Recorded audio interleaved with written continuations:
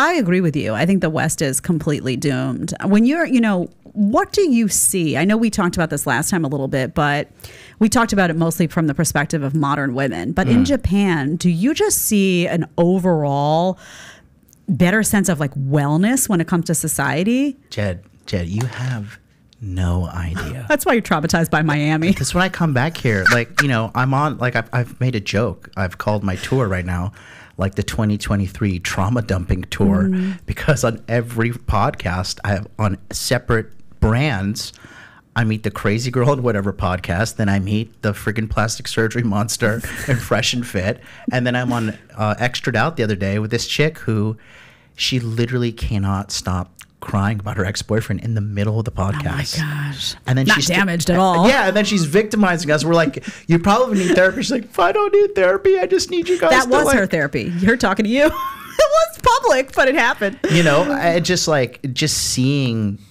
how common it is to see like a lot of these people, and it sounds like I'm being mean, it really does, but there's a lot of like broken people in America that are just like walking around like operating forklifts and stuff. Yeah, obese, on pharma drugs. Yeah. The health is completely destroyed. If you go to Japan, right? So my mom's in Japan right now. She has been there since March 16th. If you don't mind me asking, where does she live in general, if you don't want to get She lives in specific? Florida. Oh, okay. She does live in Florida. She lives in Florida. Okay. Around here? Like South Florida? Central. Oh, okay. Yeah. That's a little more sane over there. Yeah, it's getting bad. She's near she's near Disney. Oh, forget that. Right. North Florida, I think North Florida has actually maintained some sanity from what I've seen. But Panhandle, Sarasota. But, she's been there since March 16th. And we haven't been doing anything crazy, right? She's been living a regular life, going to the gym a little bit extra. She's already lost 20 pounds just from eating regular Japanese food and kind of living that Japanese lifestyle. And like people are just well dressed. They're not like the lowest obesity rate in the world. Women know who their father is. Like, Yeah. It's just a functioning society where, family's important. The Japanese focus on family. It's 98% Japanese. They're just focused on mainly, Japan and Japanese society. And keeping order. Japan is a very, very like orderly disciplined country. Order. Yeah. The whole country's orderly. It's very clean. It's very organized. And then I come here, like I went to this Chipotle in Santa Barbara the other day, and I feel like I needed a gun on me. Like the place is trash. There's like garbage all over Nasty. all over the floor, all over the tables.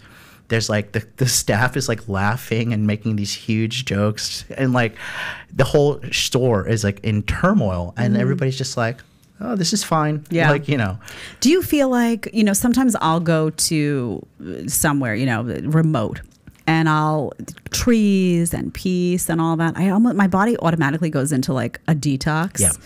I'm wondering if you feel that when you return to Japan. Do you feel like you have to like detox the U.S.? Yeah. No, I really like, I have a Japanese friend, and she and I were texting during the whole time I'm here in America. And she's just like, is all of America like this? Because she's following me from tour to tour. And I told her like, we need to link up when I come back. Like I need to like hang out with like a nice Japanese person. It's not, truthfully. I mean, a lot of America has fallen to this craziness. I even went to Tennessee. I was thinking about, I'm like, where do I want to buy land? And I was surprised, like so much, Nashville has just turned into so much wokeism that, Really? I was very disappointing for me.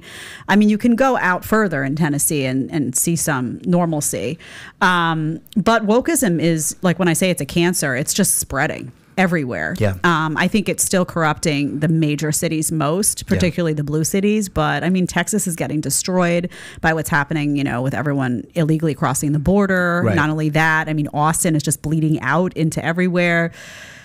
My husband's like, Montana it is, just because you really want, I mean, for what we want, which is similar, I think, to your mindset of just like healthy living, sanity, not constant agitation from societal garbage. And just, the thing about it is, I love these people in these blue cities that are always trying to prove something. Like, oh, you're always trying to prove this. This person. You go to this restaurant. You can flash this, whatever. It's like, if you're really somebody, you don't have to prove it. We see it. We feel it. We feel it in your energy. So I'm kind of over that. But I want to ask you, what do you think, though, about Do you think, like, when people talk to me about America, I always say, I don't think elections are going to fix it at this point. I mean, especially a national election. Yeah. Do you think, like, this is just about choosing a place? Like, let's say you couldn't go to Japan.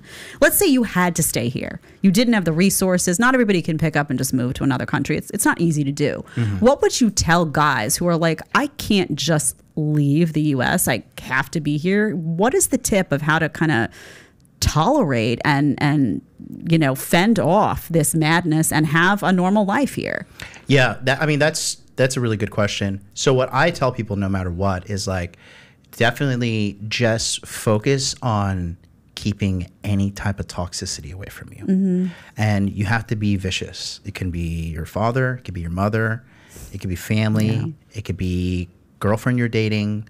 You know, a lot of people believe that their friends and family are one day just going to come around. They're going to turn around. They're going to snap out of their ways, you know.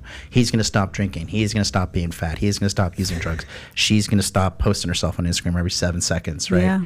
And the reality is people, you know, don't change. And that's, I think a lot of people don't want to face like some dark truths about life. Like some people, no matter what, are just going to destroy themselves and they're always going to be toxic. And they're just dark. Some people are just dark. Like you can feel darkness in people, and it's contagious. It will spread to you if you don't remove yourself. Absolutely. No, we talk about all the time in my community. Like if you touch poison, you'll be poisoned. That's right. You know, so you have to keep these people away.